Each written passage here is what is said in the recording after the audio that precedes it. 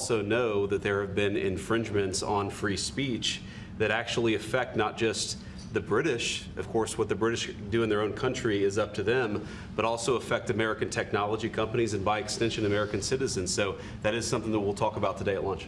We've had free speech for a very, very long time in the United Kingdom, and it will last for a very, very long time. Well, no, I mean, certainly we wouldn't want to reach across US citizens, and we don't, and that's absolutely right. But so you have a problem with my words? Yes. Because a filthy migrant just spat on me?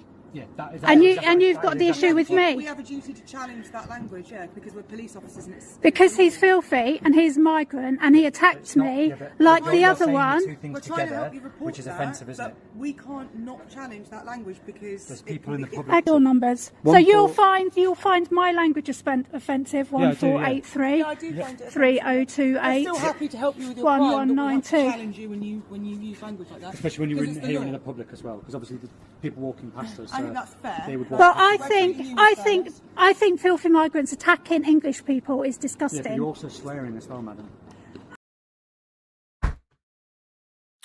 Apparently we have free speech. You're also swearing as well, madam.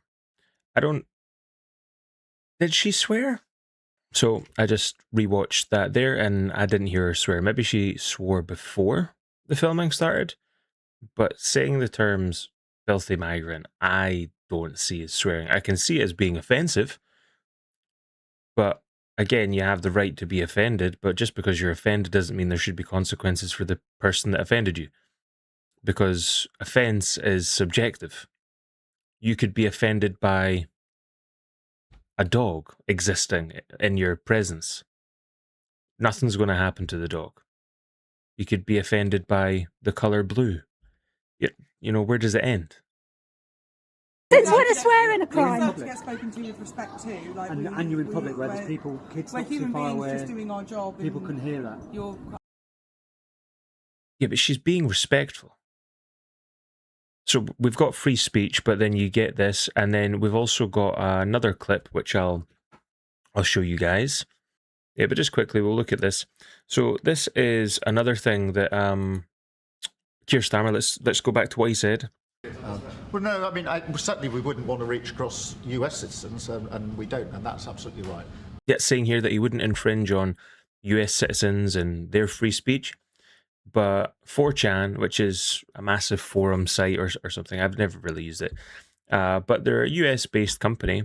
This is their lawyer that is tweeting, and essentially Ofcom has tried to fine them for not complying with the Online Safety Act, and basically they're up to hundreds of thousands of pounds, and they're demanding that they pay the money, and they responded with a hamster in a Godzilla costume.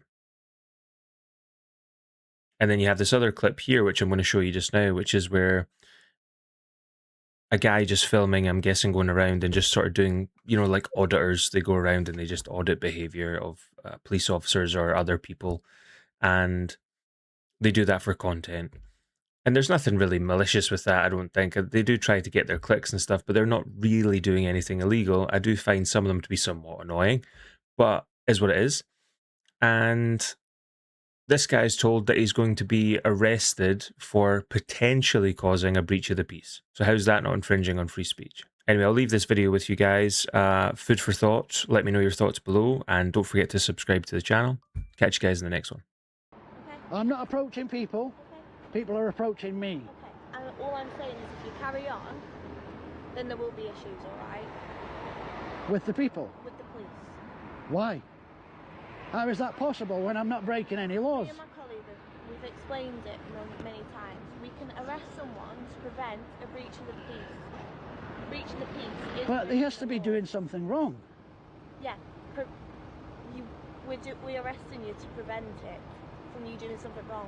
We're not going to leave you to carry on winding people up. What is this, like Minority Report, like a crime that might happen in the future? You're going to prevent it? Prevent the breach of the peace.